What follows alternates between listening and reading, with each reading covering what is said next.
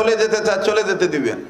কিছু লোক আছে হ্যাঁ তরিকার বক্তানি, পাক্কা শয়তানি গুলো, মানে অগ দলের বক্তা হইলে থাকবো, আলা মিশা কথা কইলে হুদা ডং করে কানবো। এটা হলো খাটাসের ঘরের খাটাস।